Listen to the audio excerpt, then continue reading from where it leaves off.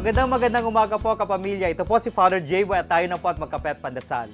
May mga sikreto ka bang gustong ibunyag sa iyong asawa o kasintahan upang maging mas mapayapa ang iyong konsyensya?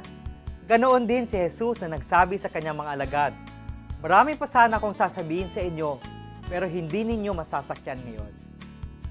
Ibig sabihin, may mga nais pang ibahagi si Jesus, ngunit hindi pa handa ang kanyang mga alagad.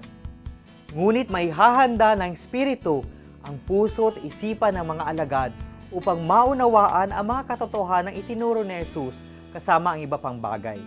Maraming mga pagkakataong nais na nating sabihin ang isang katotohanan o isang pangyayari, ngunit alam nating hindi pa handa ang taong babahaginan natin.